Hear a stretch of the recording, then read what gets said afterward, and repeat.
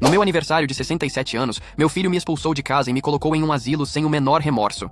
Fiz de tudo por ele a vida toda, e foi assim que ele me retribuiu, me tratando como se eu não fosse ninguém. Meu nome é Paulo, e acabei de completar 67 anos. Ou melhor, deveria dizer que fui forçado a completar 67 anos de uma maneira que nunca imaginei. Passei minha vida inteira me dedicando ao meu filho, Eduardo.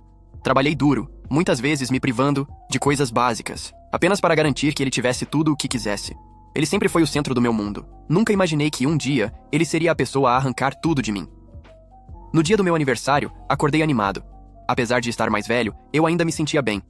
Sempre imaginei que essa fase da vida seria tranquila, cercada de carinho e respeito por aqueles que amamos. Mas naquele dia percebi que estava redondamente enganado. Eduardo chegou em casa com um semblante sério, algo incomum para um dia de celebração. Ele me olhou de cima a baixo e disse sem rodeios: "Pai, precisamos conversar." O tom de sua voz me deu um frio na espinha. Sentei-me no sofá esperando que ele dissesse algo sobre trabalho, ou até mesmo sobre sua família. Mas o que saiu da boca dele foi um verdadeiro soco no estômago. "Você não pode mais ficar aqui." Eu ri, achando que era alguma brincadeira sem graça. Mas Eduardo não riu. Pelo contrário, ele permaneceu firme, olhando-me nos olhos, como se estivesse prestes a dar uma ordem irreversível. "O quê? Como assim?"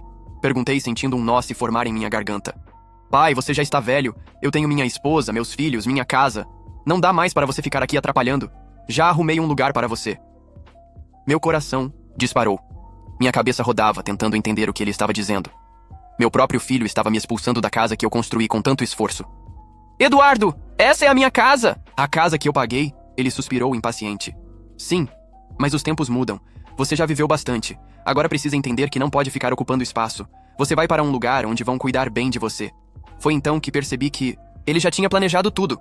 Um asilo. Ele queria me jogar em um asilo como se eu fosse um peso morto. "Eu não vou a lugar nenhum," respondi, sentindo minha voz tremer. Eduardo apenas sorriu de canto. "Você não tem escolha." E assim, no dia do meu aniversário, fui colocado dentro de um carro e levado para um asilo. Sem festa, sem parabéns, sem respeito. Apenas um homem. Velho, descartado como um móvel velho e inútil. Mas ele ainda não sabia que essa história estava longe de acabar. O carro parou em frente ao portão de um prédio antigo, com uma fachada que já mostrava sinais do tempo. Uma placa na entrada dizia: "Residência Serenidade, um lar para a melhor idade." Aquilo soava como um eufemismo para depósito de velhos. Eduardo desceu do carro primeiro e abriu a porta para mim, como se estivesse fazendo um grande favor. Eu permaneci sentado, recusando-me a sair. "Pai, por favor, não complique as coisas," disse ele impaciente. "Eu não vou sair." "Isso não é justo." Ele bufou e olhou para o homem que nos aguardava na entrada. Era o administrador do asilo, um sujeito de meia idade com um sorriso forçado no rosto. "Ele sempre foi teimoso assim?" perguntou o homem, tentando amenizar a situação. "Desde que me entendo por gente," Eduardo respondeu rindo. Minha raiva crescia a cada segundo. Como meu próprio filho podia rir enquanto me jogava nesse lugar? 2 enfermeiras surgiram e, sem cerimônias, me puxaram do carro. Eu protestei. Tentei me segurar nas bordas da porta, mas minha força já não era a mesma de antes. "Eduardo, não faça isso! Eu sou seu pai!" Ele evitou meu olhar. Apenas jogou uma mochila no chão ao meu lado. "Eles vão cuidar de você. Aqui tem tudo o que você precisa." Meu coração estava despedaçado. "Você não vai nem olhar nos meus olhos." "Eduardo?" Por um segundo ele hesitou. Mas em seguida, virou as costas e voltou para o carro. Sem um abraço. Sem um adeus. Sem nada. As portas do asilo se fecharam atrás de mim. Eu estava oficialmente abandonado. Fui levado para um quarto pequeno com paredes brancas e um cheiro forte de desinfetante. Havia uma cama simples, um armário e uma janela com grades. Meus olhos ardiam, mas eu me recusava a chorar. No jantar, sentei-me em uma mesa compartilhada com outros residentes. O silêncio dominava o ambiente. Todos pareciam desprovidos de esperança. Alguns sequer levantavam os olhos do prato. Foi ali que percebi. Eu precisava sair daquele lugar. Não importava o que fosse necessário, eu não terminaria meus dias esquecido, entre aquelas paredes. Mas para isso, eu precisaria de um plano. Os primeiros dias no asilo foram um verdadeiro inferno. A rotina era rígida, sem espaço para escolhas. Acordávamos cedo, tomávamos café da manhã insosso e passávamos horas sentados em cadeiras desconfortáveis, assistindo a programas de TV que ninguém realmente prestava atenção. Eu evitava interagir com os outros residentes. Não queria me conformar com aquela nova vida. Mas, aos poucos, fui percebendo que cada um ali carregava uma história semelhante, à minha. Foi assim que conheci seu Arnaldo. Um senhor de 74 anos, magro e de olhar atento. Ele se aproximou de mim no 3º dia, enquanto eu encarava a janela gradeada do pátio. "Esperando que a porta se abra sozinha?" ele perguntou com um sorriso torto. Revirei os olhos. Pensando em como sair daqui, ele soltou uma risada baixa. "Você e todos nós, meu amigo. Mas este lugar não é um hotel. Ninguém sai sem permissão." "E você aceitou isso?" Seu Arnaldo deu de ombros. "A aceitar? Não, mas aprendi a observar. Aqui tudo tem um padrão. E padrões podem ser quebrados. Eu me virei para ele, curioso. O que você quer dizer? Ele olhou ao redor, certificando-se de que ninguém estava ouvindo, e então sussurrou. Há uma brecha. Mas não é algo fácil. Meu coração acelerou. Uma brecha? Seu Arnaldo assentiu. Todas as quartas-feiras uma van chega com mantimentos. Os funcionários ficam ocupados descarregando as caixas. É o único momento em que a segurança relaxa. Se alguém fosse esperto o bastante, poderia sair sem ser notado. Aquilo acendeu uma chama dentro de mim. Eu não estava sozinho nessa luta, mas ainda havia um problema. E depois? Para onde eu iria? Meu filho tomou tudo de mim. O velho suspirou. Isso, meu amigo, você precisa descobrir. Mas uma coisa é certa. Ficar aqui não é uma opção. Naquela noite, deitado em minha cama desconfortável, refleti sobre tudo. Eu não era um homem qualquer. Passei minha vida resolvendo problemas, enfrentando dificuldades. Meu próprio filho me descartou como um peso morto. Mas eu não ia aceitar isso. Se havia uma chance de sair dali, eu a aproveitaria. Depois da conversa com seu Arnaldo, passei a observar tudo ao meu redor com outros olhos. Cada detalhe, cada rotina dos funcionários, cada momento em que a atenção deles vacilava. Meu plano precisava ser perfeito. Eu só teria uma chance. Na manhã de quarta-feira, acordei mais cedo que o habitual. Mantive-me discreto, sem levantar suspeitas. Às 10 horas, como um relógio, a van de mantimentos chegou. 2 funcionários abriram os portões e começaram a descarregar as caixas. Eu já estava no pátio, observando tudo. Olhei para seu Arnaldo, que me deu um discreto aceno de cabeça. Era agora ou nunca. Aproximei-me lentamente da lateral do prédio, perto da van. Os funcionários estavam distraídos, e os outros idosos sequer notavam o que acontecia. Esperei até que um dos funcionários entrasse no prédio carregando caixas. O outro se abaixou para pegar mais um lote. Aproveitei esse momento e deslizei para dentro da van, escondendo-me atrás de algumas caixas. Meu coração batia forte. A espera foi agonizante. O funcionário voltou, pegou mais caixas e, finalmente, fechou a porta traseira da van. Eu estava dentro. A van começou a se mover e senti um alívio momentâneo, mas ainda não estava seguro.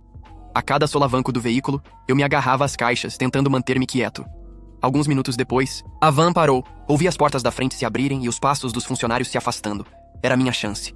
Empurrei a porta traseira com cuidado. Estava destrancada. Desci da van e me vi em um estacionamento pequeno, nos fundos de um mercado. Ninguém parecia ter notado minha presença. A liberdade estava a poucos passos de distância. Caminhei o mais rápido que pude até uma rua movimentada. Pessoas passavam por mim sem prestar atenção. Respirei fundo. Eu tinha conseguido. Mas meu problema estava longe de acabar. Eu estava livre, mas sem dinheiro, sem casa e sem um rumo. E agora? Minhas roupas estavam amarrotadas. Eu não tinha um centavo no bolso e ninguém a quem recorrer. Olhei ao redor, tentando entender onde estava. Meus pés me levaram instintivamente até um banco da praça mais próxima. Precisava pensar. Meu filho tinha me jogado no asilo e, pelo que parecia, assumiu tudo o que era meu. Minha casa, meu dinheiro, minha vida. Eu era um homem sem nada, mas eu não estava disposto a aceitar isso. Lembrei de um velho amigo, Cláudio, que não via há anos. Trabalhamos juntos em uma pequena empresa antes de eu me aposentar. Ele sempre dizia: se um dia precisar de algo, me procure. Talvez fossem apenas palavras vazias, mas eu não tinha escolha. A sorte parecia estar ao meu lado. No bolso da calça, encontrei um papelzinho amassado com um número de telefone. Era de Cláudio, um dos poucos que ainda escrevia tudo no papel. Agora, o problema era conseguir um telefone para ligar. Levantei-me e andei pela praça até encontrar um pequeno comércio. Aproximei-me do caixa e, com a melhor expressão que consegui fazer, pedi para usar o telefone. O atendente me olhou desconfiado. Um velho mal vestido pedindo o telefone não era exatamente comum, mas ele cedeu.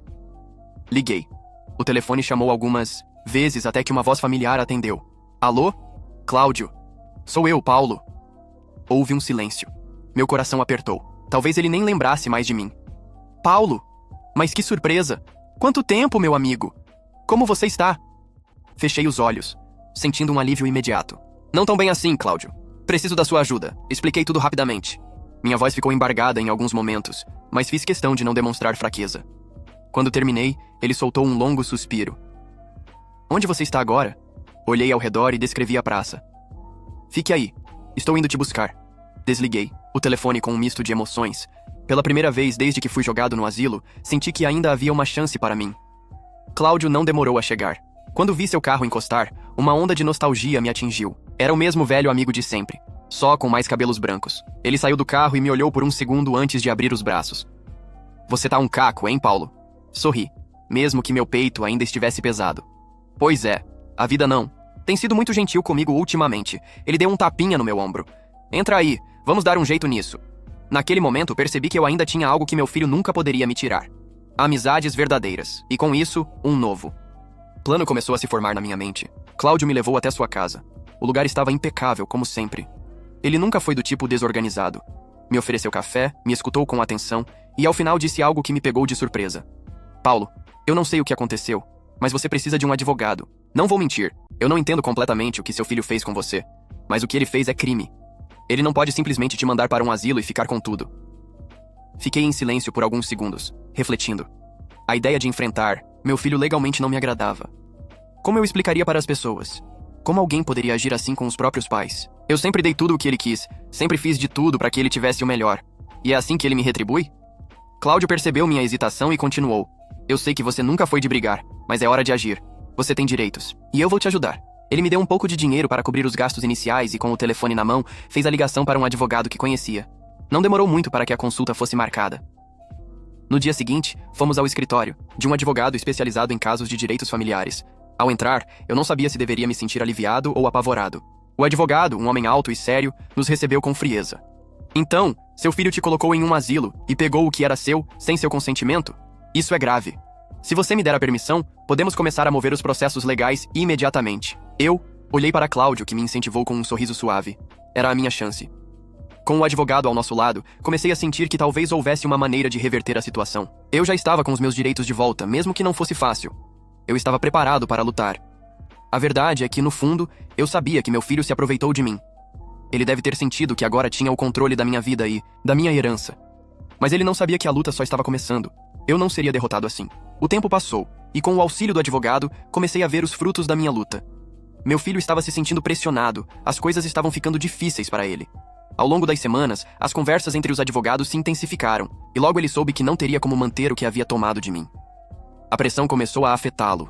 Ele tentava negar, dar desculpas esfarrapadas, mas as provas estavam se acumulando. O advogado de minha parte já tinha reunido uma série de documentos e testemunhos que tornavam a situação cada vez mais insustentável para ele. Um dia, meu filho apareceu no escritório do advogado, visivelmente incomodado. Ele estava com o semblante fechado, mas pude perceber o quanto estava desesperado. "O que é isso, pai?" Ele me olhou com um tom que eu nunca imaginei ouvir de seu rosto.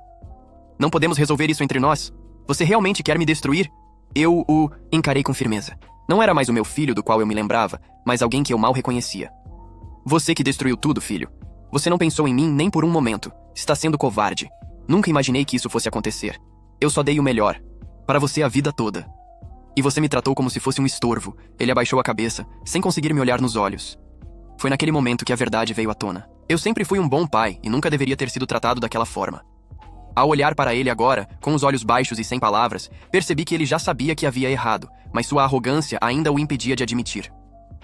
Fui firme, não cedi à pressão emocional dele, e fui em frente com o processo. O advogado garantiu que, ao final, eu teria o que era meu de volta e, mais importante, meu respeito restaurado. O mais difícil foi lidar com a sensação de perda. Eu não queria destruir minha família, mas foi isso que meu filho fez. Depois de tudo o que dei, não pude mais permitir que ele continuasse a me manipular e a me tratar com desrespeito. Agora, ao olhar para trás, entendo que aquele momento de dor foi necessário. Foi a virada que eu precisava para recomeçar minha vida. Hoje, vivo com a consciência tranquila, sabendo que fiz o que era certo, apesar de tudo. E mais importante, aprendi que nunca é tarde para recuperar a dignidade e seguir em frente.